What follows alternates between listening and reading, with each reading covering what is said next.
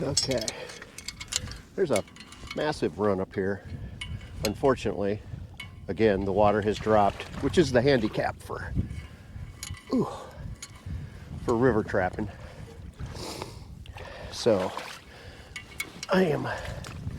you can kind of see where they've been coming up right through here. So I'm gonna again do a caster mound.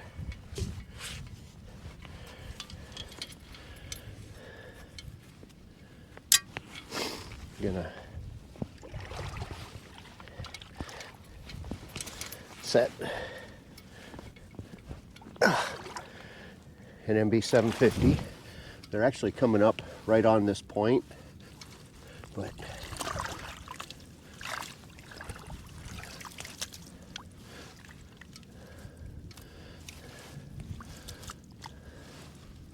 come on here, there we go.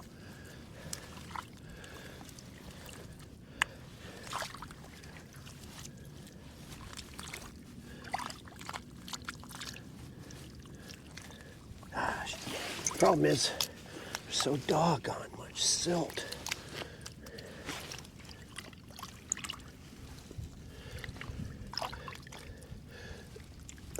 So might have to move it up a little higher. So probably end up in my trap.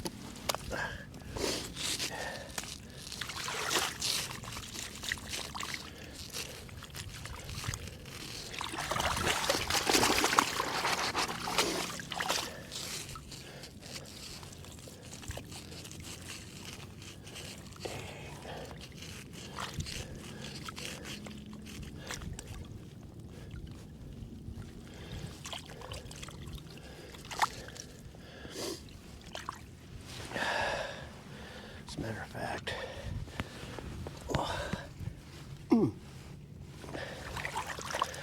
I am gonna move it up here and make kind of a run for it.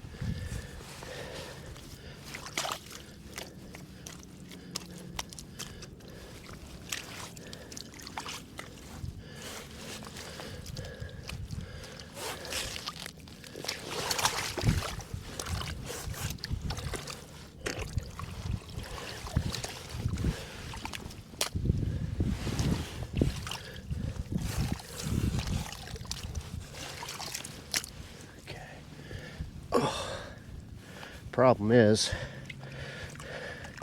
this is more a hind foot catch than a front, so that's what I'm going to make it.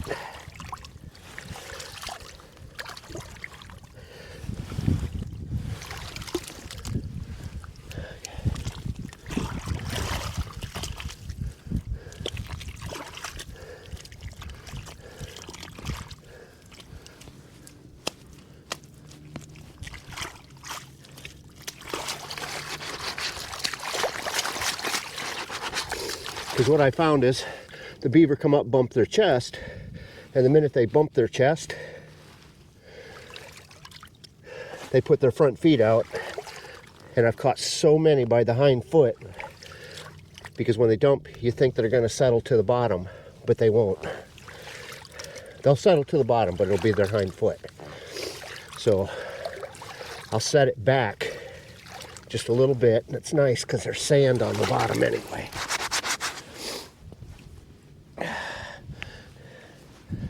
Get my feet out, and of course there will be raccoon. Nice thing is it does drop off really quick.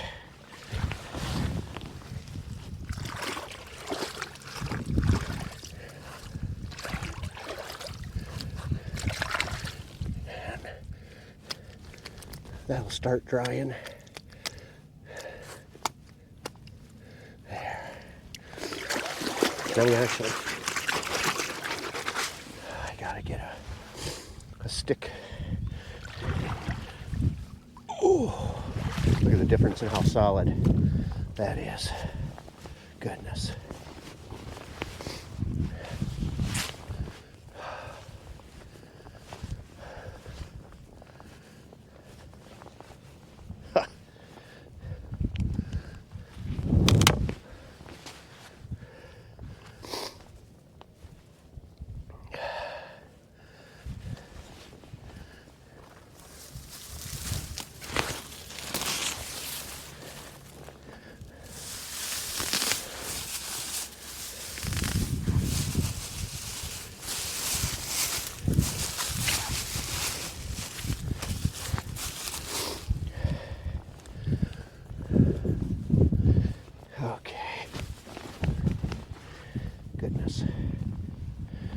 So the other thing I'm going to do is add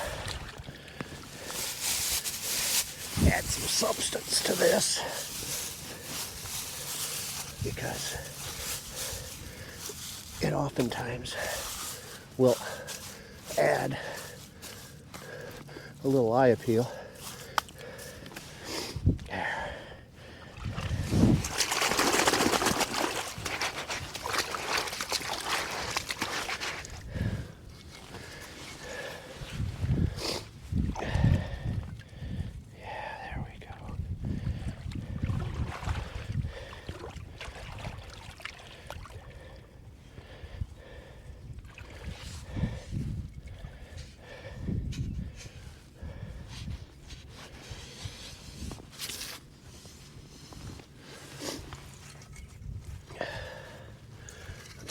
Put on here.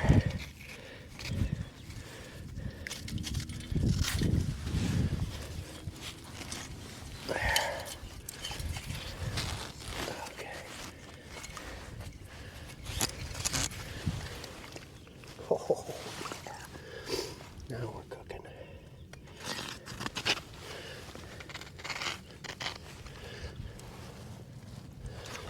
Okay.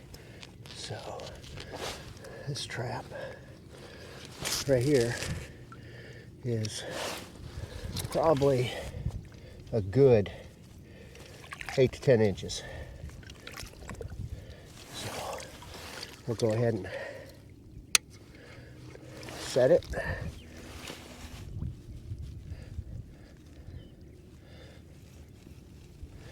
Okay.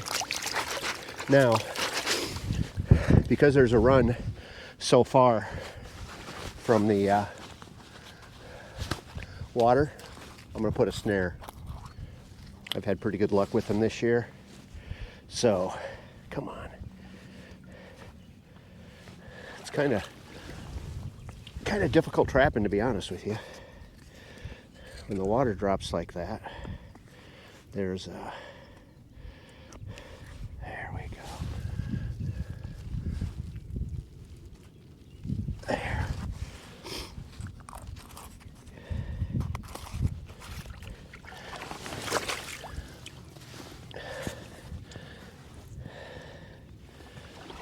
Okay, so get up here on the sand. A little more solid.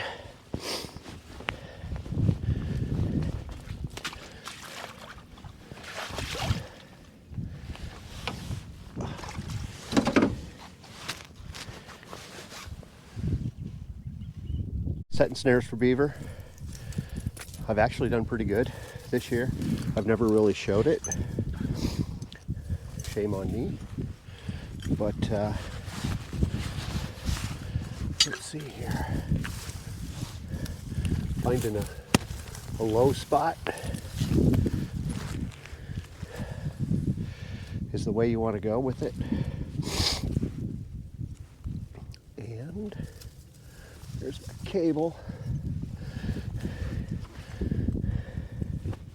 Actually, when I use a cable, I need to go get my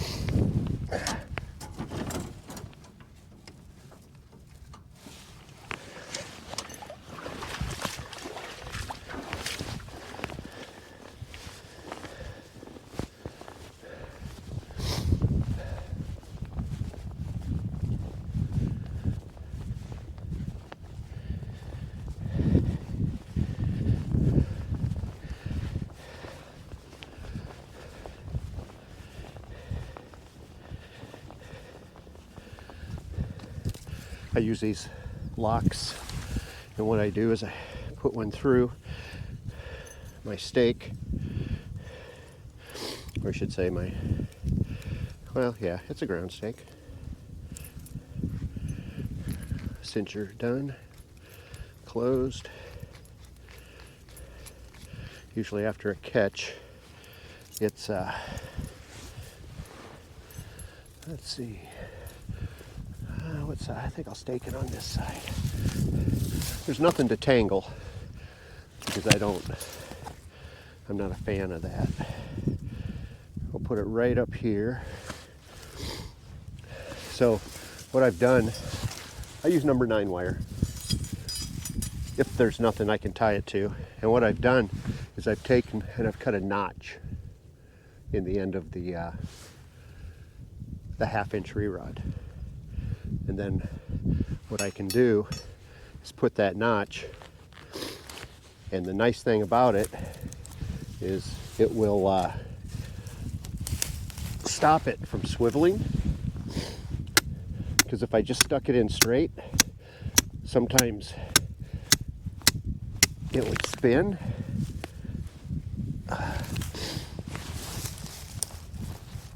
Okay, come on here. There. See, and it just won't spin. So, get that. I'll take my cable.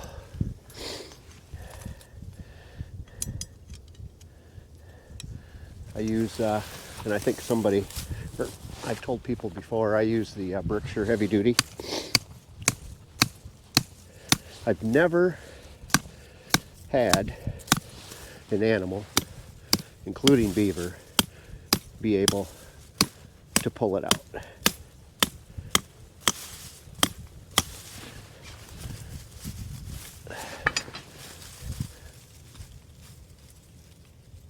Okay. And most of the beaver I've caught actually, sorry about that, hazards. Most of the beaver I've caught have just been waiting there quietly. Okay.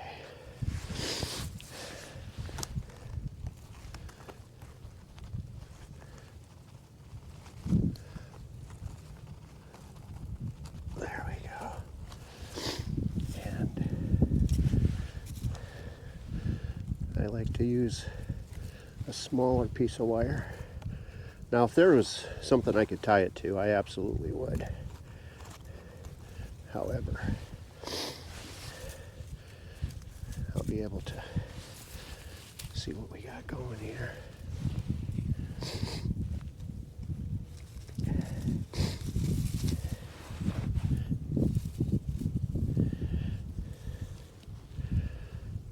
I like about an 8-inch loop.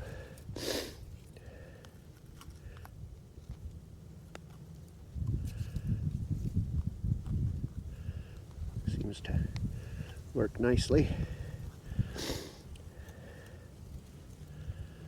And then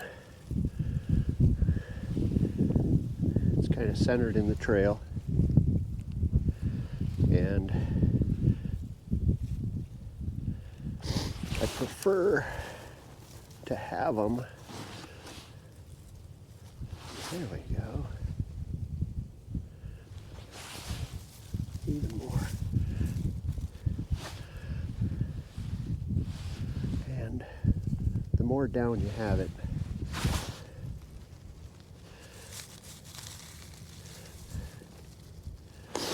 the easier it is going to be to slide. So I've got that probably 4 inches up above.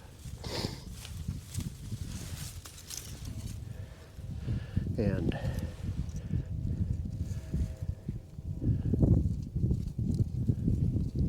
I'm going to put that right there.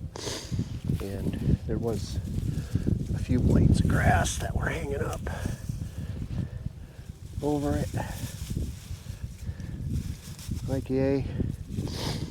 You can Notice it's still there. It is kind of swinging in the wind. That does not bother me at all. I mean, grass swings in the wind too, so.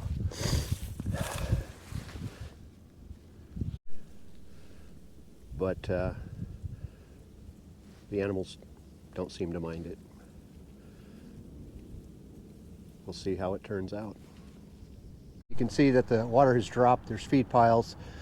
There's no runs. However, there is a definitive run on the very bottom. It's only about probably 18 inches deep, but you can feel where they're going up against the rock and in between. So I'm going to be a little bit curious to see how well this is. And then I also set a snare up on the to the right of the feed bed, right about in there. I'm telling you, today's a challenge. The river, without exaggerating, is down probably 4 feet. Almost all of the beaver dens are out of water. As a matter of fact, I was setting a snare in a run, not in a run, but on a slide, and 2 beaver came out of the feed pile den. No water. I mean, they hit the water. It was about, I don't know, maybe 5 feet to the water, and both of them disappeared in the water. So this is, it's pretty challenging. I've set more snares today than I... In a quarter mile, keep right. I've set more snares than I have footholds. And, you know, I prefer... Keep right, then slide right onto US 30 West. I prefer to